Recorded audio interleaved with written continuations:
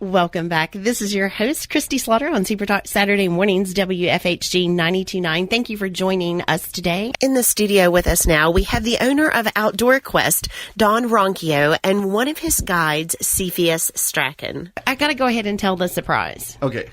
Because I had a little accident during the commercial break. With Rick Allen's surprise. So I went by. Now, you guys can stay with me for a little bit, right? You don't mind if I preempt this interview? No, absolutely. Okay. Rick, I told you that I had a little surprise for you. You don't have a little surprise for me anymore, do you? No, I do. I have a big surprise for me. So I went by and visited our friend Matt Scheid. Do you remember him a few months ago? He came on Bristol Gardens and Grill. He was at the Great Winter Soup Cook-Off. Right. So he said, come by, look at the hoop houses because they have lots of things that are growing. I did a post on my Facebook page, and he walked me through what all he's growing, and then I had a little lunch, and then he shows me this refrigerator. Now, when he opens it up, my mind immediately goes to this huge brisket that he's smoked.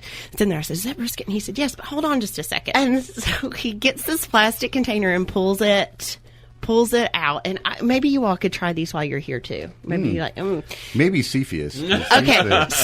He loves the hot stuff. So he opens up this container, and he said, these are fresh pickles, and he's pickled them with 2 of the hottest peppers in the world. All right, I'll try one future.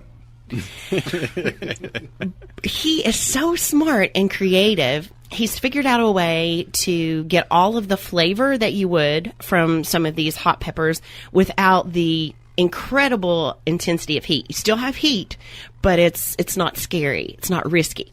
So I asked my husband this morning if he would because I didn't bring the whole container because they are so addictive. Because that would make more sense. Yeah, I know. Oh, now I wish I had. So 9 o'clock the other morning, I started wanting pickles. Isn't that crazy? These are so good and addictive. So I said, let's just bring 4 or 5. He suggested that I put them in a bag to drive them down here, right? Because pickle juice isn't good to have in the car. So I put it in my makeup bag, and I started smelling spicy pickles a few minutes ago when Dan and Cepheus came in. The container didn't hold the pickle juice, and now it's all down in my makeup bag. My makeup brushes, my makeup sponges, now are infused with 2 of the hottest peppers in the world. You're going to smell like hot pickles for the next couple of years. Can you all smell you it? might have invented a new line of makeup. You can. Yeah, it's pretty. Yeah, it's pretty. I'm wondering, when you eat these, you're going to get that tingle on your tongue that you get from these really intense hot peppers. So who knows? Maybe it could plump up like lines and wrinkles and lips and stuff. It looks like a bee venom injection. Fingers It would be crossed. like pickle injection. So if you haven't been by Bristol Garden and Grill, go check it out. Say hello to Matt Scheid. He may be in the pickle business, so we'll do a commercial break, so that's and they can get some. That is what the smell is. Okay. So I'm sorry that I preempted your interview, but I didn't want you all to think, okay, so what's going on? Everything smells like pickles. There is a reason. It's literally all over my hand. So hopefully we won't rub our eyes or anything. So Rick, are you excited about your surprise? I am now. Can you wash up my makeup bag for me? Do producers do that? No, I don't think that's in my job description. Okay. Well, thank you all so much for being here. Thanks for having us. Yeah, thanks for having us. You all do some different things than a lot of outdoor companies. Your mission is focused on something in particular, conservation. You've also done work with vets and things like that too throughout your programs. Tell me a little bit about how you got involved in this and what your focus really is. Well, it kind of started out as a family thing. Cepheus had moved up here about 7 years ago. Yeah, about 7 years ago. 7 years ago, and I was really involved in scouting at the time, and my boy and I just kind of wanted to learn the area because we were new to the area too. We'd only been here a couple of years, and we wanted to kind of go off trail a little bit. And we tried to talk with different leaders and where to go. And most of it was like tourist trails and tourist traps. You know, it was real crowded always. And Cepheus came up here. He had been he's from the high desert in California. Yeah. And we just kind of took it from there. I'm like, let's go off trail. And he was crazy enough to follow me and lead me on some of these. And I guess that's how it actually came together, as we were kind of exploring our new backyard. Cepheus, how has it been different doing your work in California and then moving here and doing something similar, but I'm sure different because the terrain and what you have to prepare for is different? How has that transition been for you? Yeah, the terrain is certainly different. So in California, obviously, hiking, the main concern is water. And in the high desert and the desert areas especially, on the trails, there isn't a whole lot of cleanup to be done, whereas around here it seems like there's a lot more cleanup, especially at the lower elevations, and that's part of this whole conservation thing.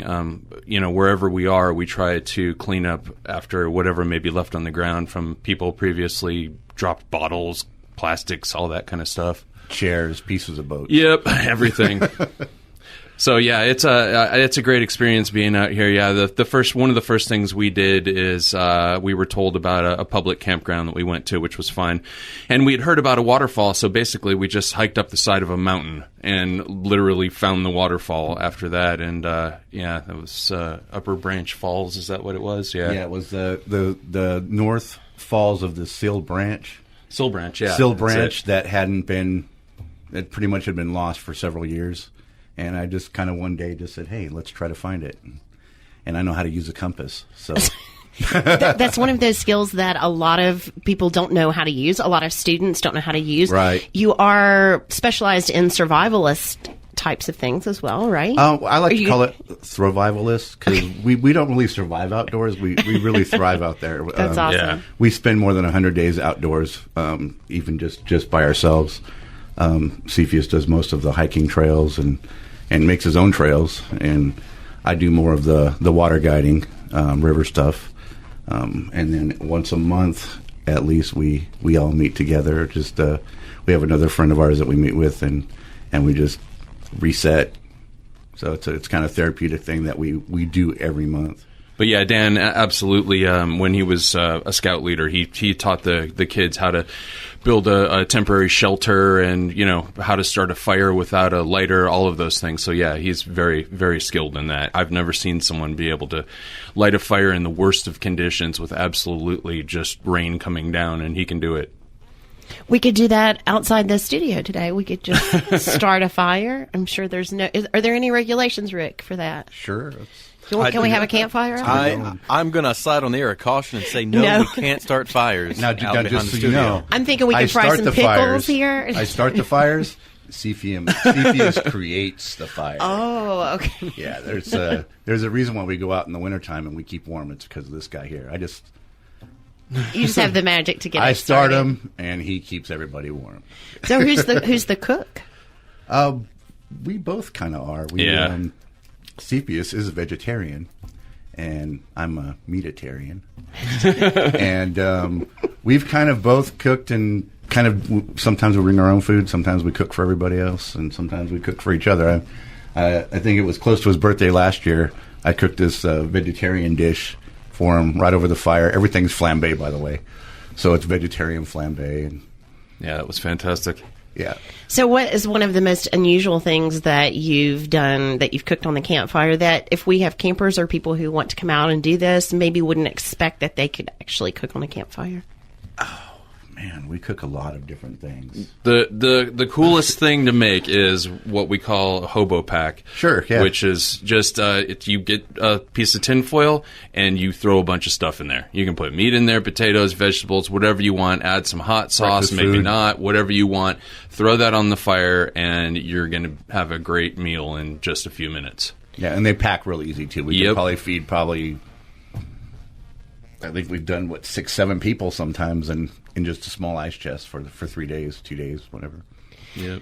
That's one of the things, talking to people who do camping and backpacking, or maybe they're doing the trail on a bike or something like that, really having the things that you need, the necessities, but not overpacking because of weight and things like that. Do you find that beginners who are getting started kind of maybe overpack, or there's some things that maybe they didn't need that they wish they could leave on the trail? Or that is his thing. He packs light. He can get like the kitchen sink and half his kitchen into his bag. And magically, it only weighs 20 pounds. But he's very, very much up on all of the new hiking tech. You could probably do a class just on that. There would probably be people interested in doing that. Yeah. We're going to take a quick commercial break. Can you all stay with us? Absolutely. We need to do some pickle cleanup. We'll be back here in just a few minutes. This is your host. I'm going to try one of those things. Yeah, get some water. We'll be back here in just a few minutes. This is your host, Kristi Slaughter, on Supertalk Saturday mornings. Welcome back. This is your host, Kristi Slaughter, on Supertalk Saturday mornings, WFHD 92.9. I'm joined with my special guest, Dan Ronchio and Siphius Strachan. Hi.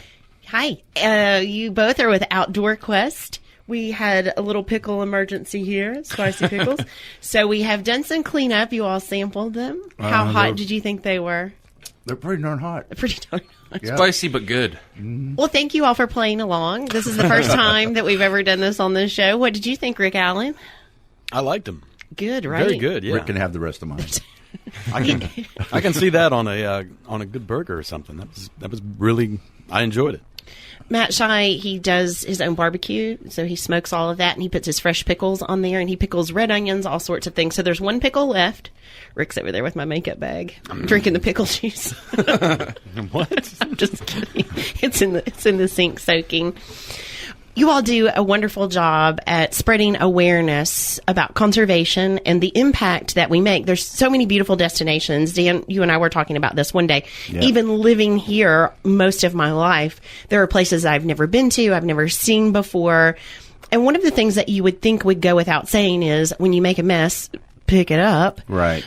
But obviously, Cepheus, you had mentioned the difference in being out west and then being here. Obviously, the message is not completely getting through. You all are working on a project that can kind of help people prepare and take better care of the environment that we're currently living in. Tell me a little bit about that project.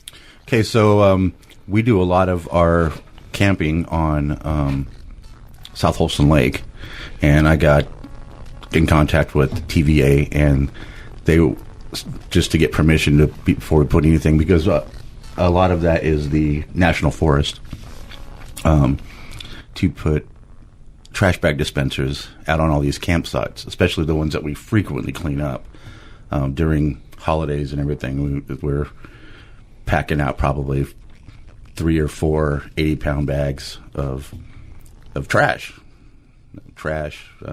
cans, like we said earlier, sometimes boat parts, chairs that people broke and just Dirty left behind. diapers. Oh, my Dirty gosh. diapers. Yeah, the list goes on. And I think people out here, I don't want to say we're spoiled, but I think they have to really understand that we have it really good out here, where Cepheus comes from. And even where I come from, I'm from Washington State, you have to have permits just to camp. You have to have, what's it called, an adventure pass? An adventure pass just to get inside the national forest, not a national park, just the forest. Yeah, and it's all pay to play. Here it's all free, and we got to keep it clean. So you've got these bag dispensers where people can just take a bag and then fill it with trash. Fill it with their trash and take it on out. Yep, a lot of times they're power boats, and if we can do it with our canoes, then I know they can do it with their power boats. It's a no-brainer. So if you go on our website, which is outdoor-quest.org, you'll see there you can actually purchase a bag dispenser for us, and we'll put it out there, and you can help us keep the area clean. This is your backyard too. And we want it to be in better shape even for our children and our children's children. Absolutely. I was really surprised last year. We got out and saw some destinations that we had never seen, and we've already started doing that this year. And people were coming from really all over the world to where we live, and it gave me a whole new appreciation just stopping and being present in the moment and seeing the beauty that we have here. It's absolutely phenomenal. Yeah, it's gorgeous. Where are some of your favorite places to go and visit? Or there's some places, I know you all do this and this is your company, but some places maybe that people could check out or something maybe that we're not aware of. A lot of the places we go, we kind of don't want people there. I know. That's why I set it up like that, Dan. Yeah, Come we on, were help just me talking out. about the lookout when we were offline or off the air. That's kind of a special place for all of us. We take our kids there, and it's always clean. You can get up on the top of the mountain and look on one side, and you see Elizabethton all lit up, and the other side you see Bristol on the racetrack all lit up. And that's probably, I would say, more like home to us. Cepheus lives close by there, so he goes every night, right? Yeah, I go up on a ridge that leads up to Holston Mountain every night on a hike.